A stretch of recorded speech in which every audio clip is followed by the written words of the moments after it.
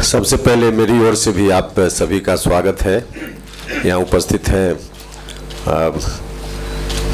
अहमद भाई पटेल साहब, आदरणीय शरद यादव जी, तेजस्वी जी, शक्ति सिंह गोहिल जी, बिहार के पूर्व मुख्यमंत्री मांझी साहब, और पीछे की पंक्ति में भी हमारी पार्टी के कुछ लोग यहाँ उपस्थित हैं।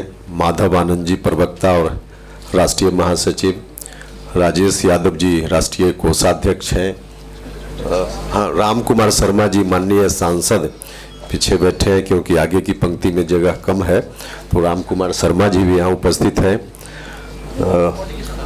दानिश रिजवान साहब जो हम पार्टी के नेता हैं यहाँ उपस्थित हैं, और भी बहुत सारे लोग हैं, लेकिन समय जगह की कमी के कारण यहाँ उनकी उपस्थिति नहीं हो पाई है। आज जिस प्रश्न को आप महीनों से बार बार जानने की कोशिश कर रहे थे, उस प्रश्न का उत्तर देने के लिए मैं आपके बीच उपस्थित हुआ हूं, और उत्तर पहले ही आपको दिया जा चुका है।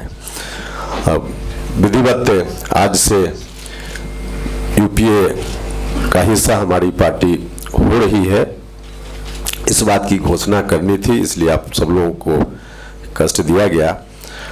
हम यहाँ जो मेरी पार्टी की उपस्थिति हुई, इसके लिए आभार प्रकट करते हैं दिल से कांग्रेस पार्टी के राष्ट्रीय अध्यक्ष श्री राहुल गांधी जी के प्रति, श्रीमान लालू प्रसाद यादव जी के प्रति, अहमद भाई पटेल साहब के प्रति, शक्ति सिंह गोहिल साहब हैं वहाँ के इंचार्ज, शरद यादव जी हैं, और फिर अखिलेश सिंह जी जो बिहार से राज्यसभा के सदस्य हैं और कांग्रेस पार्टी के नेता हैं। तो इन सभी लोगों का मैं बहुत दिल से आभार प्रकट करता हूं इन सभी लोगों के प्रति कि एक तरफ है जहां मेरा अपमान हो रहा था, वहां ऐसा लगा मुझको जैसे पहले से भुजा फैलाकर मेरे सम्मान को रखने की चिंता करते हुए लोग खड़े थे। तो मैं बहुत ही इनका धन्यवाद करता हूं, आभार प्रकट करता हूं। एनडीए से हम अलग क्यों हुए, इसकी तो विधिवत जानकारी आपको हमने भी दी है और आप पहले से भी वाकिफ हैं। हमने एनडीए से बाहर होते हुए उस समय कहा था कि हमारे सामने कई ऑप्शंस हैं, उन ऑप्शंस में से महागठबंधन यूपीए भी एक ऑप्शन है। उस ऑप्शन, इन सभी ऑप्शंस पर विचार करके हम किसी एक ऑप्शन को अडॉप्ट करेंगे। एक तरफ जो उदारता दिखाई गई राहुल गांधी जी की ओर से, श्रीमान लालू प्रसाद यादव जी की ओर से, तो यह एक कारण है। लेकिन सबसे बड़ा कारण है कि मैं यहाँ उपस्थित हूँ बिहार की जनता के आदेश पर। देश भर में सोशल जस्टिस की जो चिंता रखने वाले लोग हैं, उनके हुक्म पर मैं यहाँ उपस्थित हुआ हूँ। उनकी भावना का कद्र करते हुए मेरी उपस्थिति यहाँ हुई है। हम एनडीए में 2014 में गए थे, लोकसभा का चुनाव शुरू हुआ था। आप लोगों को भी याद होगा कि शायद ही कोई सभा बिहार में हुई हो जिसमें उस समय के प्रधानमंत्री के उम्मीदवार श्री नरेंद्र मोदी जी ने यह नहीं कहा हो कि बिहार के लोगों को पढ़ाई के लिए, दवाई के लिए, कमाई के लिए अब बिहार से बाहर नहीं जाना पड़ेगा। यह सच है, बिहार के लोगों को पढ़ाई लिखाई की जरूरत हो तो भी बिहार से बाहर उस वक्त भी जाना पड़ता था। दवाई की जरूरत हो, एम्स और दिल्ली गरीब लोग आते हैं, किस तरह से इलाज में परेशान होते हैं आप सब लोगों को मालूम है। तो न तो वहाँ दवाई है और कमाई तो बिल्कुल नहीं है। बड़ी संख्या में नौजवानों का पलायन, मजदूरों का पलायन दूसरे प्रदेशों में आज भी होता है, और अपमानित होने के लिए भी बिहार के लोग मजबूर होते हैं, दूसरे राज्यों में जाते हैं। कोई बड़ा काम करने के लिए आप सब लोग यहाँ हैं, बहुत लोग बिहार के हैं, बड़ा काम आप कर रहे हैं, अच्छा काम कर रहे हैं, ठीक है, लेकिन अपना पेट पालने के लिए कोई बिहार का आदमी या किसी प्रदेश का आदमी दूसरे प्रदेश में जाए तो यह बहुत दुखद स्थिति होती है। और लोगों की जो यह भावना थी, उस भावना के आधार पे नरेंद्र मोदी जी ने लोगों से उस समय वादा किया कि पढ़ाई, दवाई और कमाई के लिए बाहर नहीं जाना पड़ेगा, लेकिन नौजवान आज भी बड़ी संख्या में जा रहे हैं। न बच्चों के लिए स्कूल में शिक्षा की व्यवस्था हुई, न गरीब लोगों के लिए इलाज का इंतजाम हुआ, और न नौजवानों के लिए पलायन रुका, रोजगार का इंतजाम हुआ। तो सभी मोर्चों पर जिस तरह से हम लोगों ने देखा, वादा हुआ, लेकिन कथनी और करनी में इतना बड़ा फर्क हो सकता है, उस समय मैंने महसूस नहीं किया था। बाद में चलकर हम सरकार में रहते हुए भी जब जब मैंने आवश्यकता महसूस की, चाहे सोशल जस्टिस का सवाल हो या बिहार के हितों का सवाल हो, वहां रहते हुए भी मैंने कोई कोताही नहीं की। हमेशा हमने वहां रहकर आवाज उठाया, चाहे सदन में हो या सदन से बाहर हो। लोगों को लगा कि यह साथ रहकर भी इस तरह से जब कोशिश इसकी ओर से है, तो इसकी ताकत को ही क्यों न कमजोर कर दी जाए, और इसलिए हमारी सीटों की संख्या घटाओ, हमारी पार्टी को तोड़ो, बर्बाद करो, इस काम में लग गए। और इस काम में सबसे बड़ा मददगार नीतीश कुमार जी आ गए इनके साथ।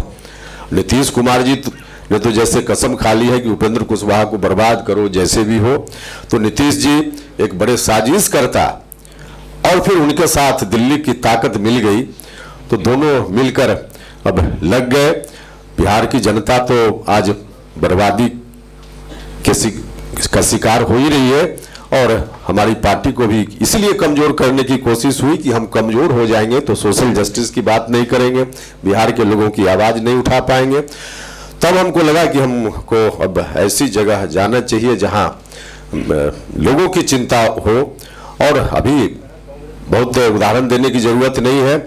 राहुल गांधी जी जब आज की बात नहीं कि कर्ज माफी की बात किसानों के लिए उन्होंने की, यह तो कथनी और करनी में कितनी समानता इस बात का परिचायक है कि कहा चुनाव में और कर दिखाया। पहली कलम जो सरकार की चली कर्ज माफी के लिए, किसानों के लिए चली।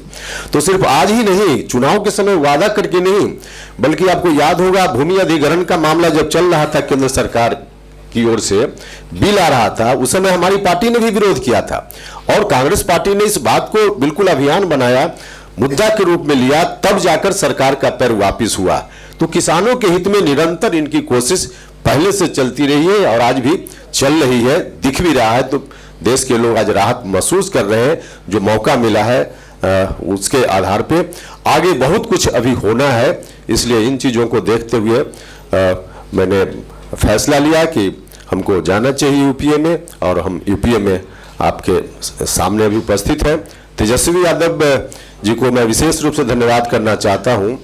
शिक्षा बिहार में अच्छी हो, गुणवत्तापूर्ण शिक्षा हो सरकारी विद्यालयों में, क्योंकि गरीब घर के बच्चे, दलित परिवार के बच्चे, ओबीसी, ईबीसी, अति पिछड़ा परिवार के बच्चे, और सवर्ण समाज के भी जो गरीब परिवार के बच्चे हैं, उनके लिए तो एकमात्र सहारा सरकारी संस्थाएं ही वहाँ है, सरकारी विद्यालय है बिहार में।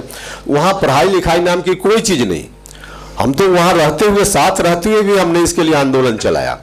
25 सूत्री डिमांड आज भी, हमारी मांग 25 सूत्री आज भी है बिहार सरकार के समक्ष, और हम लगातार पिछले 1.5 साल से इसके लिए अभियान चला रहे हैं कि बिहार की सरकार माने।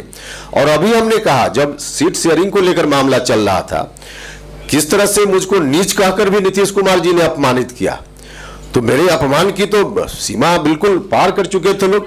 लेकिन फिर भी हमने कहा कि अगर 25 सूत्री शिक्षा से संबंधित हमारी मांगों को बिहार की सरकार, बिहार के माननीय मुख्यमंत्री जी मान लेते हैं, तो सारी चीजों को भूलकर हम साथ रहने को तैयार हैं। लेकिन कोई मामला ही नहीं था, अनर्गल बात होने लगी। और हम धन्यवाद देना चाहते हैं कि उस दौर में जब हमने अभियान की शुरुआत की थी, हमने अपील की तमाम राजनीतिक दल के लोगों से तब भी कि आप लोग आइए, और यह लड़ाई शिक्षा की लड़ाई, क्योंकि राजनीति की लड़ाई नहीं है, यह सामाजिक लड़ाई है, राष्ट्र की लड़ाई है, इसलिए इसमें साथ दीजिए। आरजेडी के लोगों ने उस समय बढ़ चढ़कर हिस्सा लिया, और जो हमने मानव कतार बनाई थी पूरे प्रदेश में, उसमें इन लोगों ने भी भागीदारी निभाई। तो शिक्षा के प्रति जो हमारी मांग है, उसमें इन लोगों का भी सहयोग मिला है, और आगे भी हमारा कार्यक्रम है। शिक्षा वाला जो इशू है उसको हम छोड़ने वाले नहीं है। 2 फरवरी को पटना में बहुत बड़ा आक्रोश मार्च हम करेंगे। 25 सूत्री जो हमारा डिमांड है शिक्षा से संबंधित, उन मांगों को लेकर, और राज्य सरकार पर हम दबाव बनाएंगे। डेमोक्रेसी में ये एक रास्ता होता है, लेकिन हम जानते हैं कि राज्य की सरकार क्या करने वाली है, तो कुछ भी उनके हाथ में नहीं है। लॉ ऑर्डर का मामला हो, शिक्षा का मामला हो, कुछ भी अब उनके हाथ में नहीं, कंट्रोल में नहीं है, तो उन पर बहुत भरोसा तो नहीं है। लेकिन मुख्यमंत्री वही है, इसलिए मांग तो उन्हीं के समक्ष हम करेंगे।